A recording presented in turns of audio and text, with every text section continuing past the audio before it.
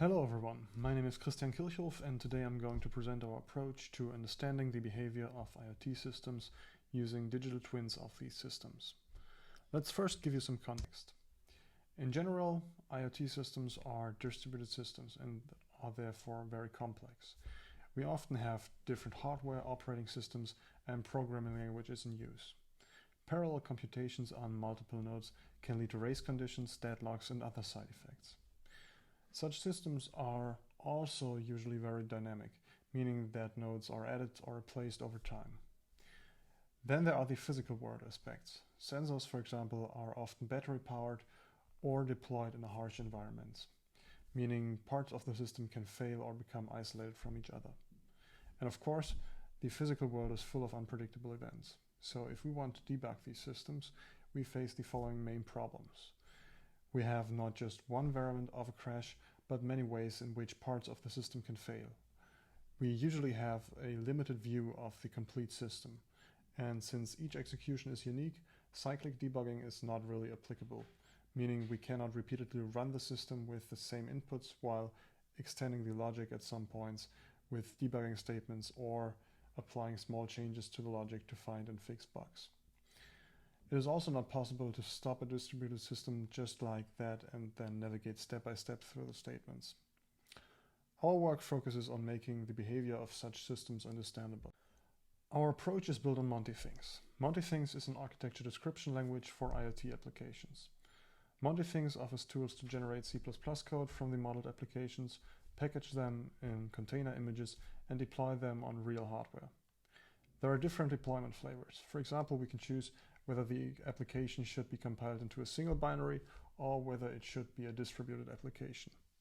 In order to ensure that our approach is also easily transferable to other IoT languages, we will limit ourselves here to the essential model elements, meaning ports and components.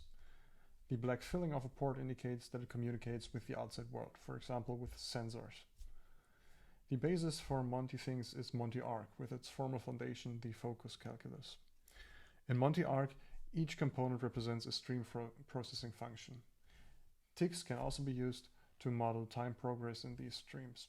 In our approach, a correct replay is thus present if all streams of all ports in the replay match exactly the streams of the observed system. Even if an application is carefully planned and specified, it may happen that a program generated from the architecture models behaves differently than desired. Using this example of a lawn watering system, we demonstrate how this might happen. Overall, the lawn irrigation is controlled by an irrigation controller component that evaluates sensor data to control the system's sprinklers. During development, the system was tested and no errors were found. However, after deploying the system, users reported to the developers. For example, they complained that the lawn was undesirably watered in the evening. The errors that have occurred are due to imperfections in the hardware used. The watering scheduler component, for example, has an incorrectly set time. Other errors such as sensor failures or disturbed networks may further impact the system's functioning. We define 5 requirements for our approach. First, we want the reproduction to behave like the original system. Otherwise, errors found in the reproduction might not reflect the problems of the real system. The other requirements are sub-goals of this first requirement. We want to make no modifications to the component types of the original system. Modifications might change the behavior of the component. Furthermore, to reproduce the behavior of the system, we need to reproduce its environment, its timing, and non-deterministic choices. Our approach is to record the behavior of the system in order to make it replayable afterwards. Model-to-model transformations are used to instrument the models in such a way that the recorded behavior is reproduced. The application generated from this can then be debugged in the usual ways, meaning, for example, setting breakpoints and even across communication channels. The developer can then also make small changes in the code to fix bugs or to evaluate what-if situations. Overall, our workflow consists of 6 steps. First, developers model their system using an architecture description language. These models are used in the second step to generate code. This code is used to generate a distributed application, meaning numerous binaries that interact with each other. While the binaries are executed in the third step, a recorder monitors their behavior. The system traces from this recording are used in the fourth step to create a new model, which we call reproduction model, using model-to-model transformations. This new model includes components that represent the environment of the distributed application. All of the original components are still present in the reproduction model. In the fifth step, we use the reproduction model to generate a single binary. This binary can be executed and analyzed by the developers in the sixth step using standard debugging tools like GDB. The goal of the implementation is therefore a digital twin of the system execution. This means that all external influences are deterministic in the twin, and we can therefore also repeatedly execute the digital twin deterministically. Here we see the original system on the bottom and the reproduction on top. Our recorder collects data traces, which are then used together with the original models to construct the digital twin.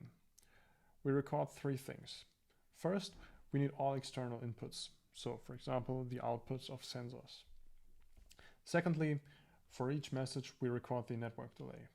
And lastly, for each computation, we record the time needed to execute the computation. With this data, we can then reproduce the behavior. The whole thing happens within 4 different model-to-model transformations. In order to apply these transformations, however, the relevant data must first be recorded. The code generator injects recording modules in the ports of the components. These modules send data traces via DDS topics to the recorder so that the data is not lost if the component crashes or the battery of its device gets exhausted. The data traces include, of course, the external inputs, the network delay, and the computation latency, but also the component states, so that all variable assignments are sent to the recorder at the start of the recording. Otherwise, the replayed components would start with other initial variable assignments and thus behave differently. The transformations of external ports, meaning those that communicate with the physical world, are quite simple. For each incoming external port, we create a new component that reproduces the input given by the physical world to the original system. Thus, the previous sensor port is no longer powered by connected hardware, but receives messages from the new component. This is done similarly with actuator ports. Instead of addressing real hardware, a new sync component consumes all of the messages. Then we have 2 transformations that reflect the network delay and the computation times. The first is realized by a new component which is connected between each connector. This then simulates the network delay. Similarly, this also happens with the computation latencies. Here the original component is embedded in a new component and its occurrence is replaced everywhere. Next to it, there is a delay component which also gets the inputs forwarded as well as the output of the original component. And so the delay component can measure how long the calculation took and simulate the delay again. Here we assume that the host of the replay has more computing power than the IoT devices. It would be possible to skip the calculation of the original component and send directly the recorded result, but this would lead to a situation where it's no longer possible to evaluate small changes in the behavior of the original component. Lastly, the non-deterministic function calls such as the calculation of a current timestamp or of a random number are still to be recorded. Here we leave it to the developer to inform us about such function calls. This is realized over a wrapping method. In the implementation, the developer must then wrap appropriate non-deterministic function calls with the ND method. The method now becomes ND of now accordingly. Concerning the generation of random numbers, it makes sense to make only the seed deterministic to minimize overhead.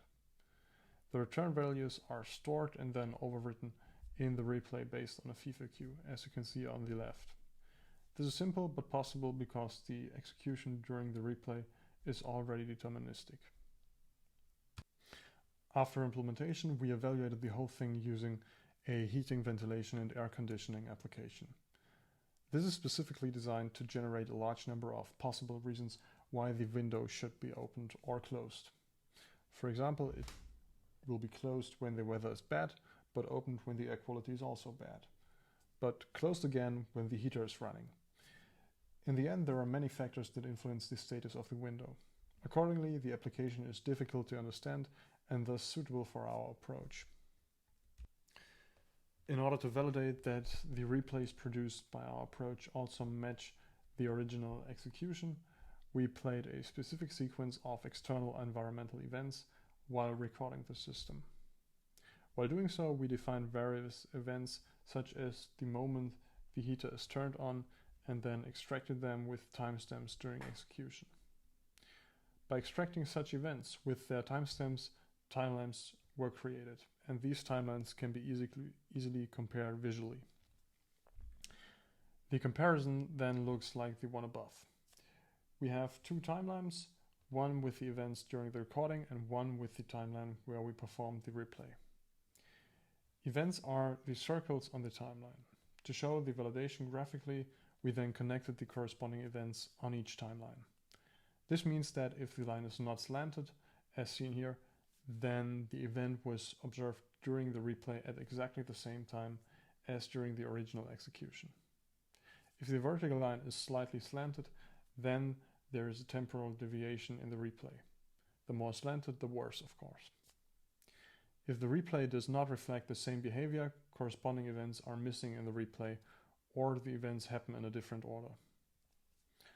We recorded and replayed a specific scenario 100 times and generated the timelines. For example, the first run was pretty perfect, as you can see on the left. As you can see, there are no missing events and the vertical lines are all relatively straight and only minimally tilted. The second run, on the other hand, was faulty. Among other things, the event that starts the heater is missing. The reason was that a reversed order of events where the configuration of the thermostat was confirmed before the temperature was set, and not the other way around. As a result, a different desired temperature was set, and this caused the complete behavior to change. Because this way, the heater was never activated. In the replay data, the order was correct, but the new components scheduled messages too close to each other. Unfortunately, this motivated the operating system scheduler to schedule the events in a different order. Accordingly, about 50% of the replays behave differently from the original executions. To eliminate this, we added an optional timing adjustment which we call determinism spacing. The timing of events that are too close together is now adjusted so that there is a minimum delay between them. This makes it less likely that the operating system scheduler schedules these events in a different order. Of course, this method introduces inaccuracies. On the right, you can see that with a spacing of 5 milliseconds, all 100 replays were in the correct order, but the timing accuracy decreased slightly. The bottom line is that determinism spacings trade a less accurate temporal reproduction for a more correct sequence of replayed events. After validating the method, we also evaluated the overhead. To do this, we created an application that forwards messages over a variable number of hops, meaning components that only forward data. We measured CPU time, memory usage, and network traffic with and without recording, and scaled an application in the number of components. CPU time increases linearly, and memory usage hardly changes, but network overhead increases exponentially. The reason for this is the vector clocks which we use, because each component now keeps track of every other component. Overall, we have demonstrated how data collected from many digital twin applications can be used in combination with model-to-model transformations to facilitate debugging of IoT applications. Thank you.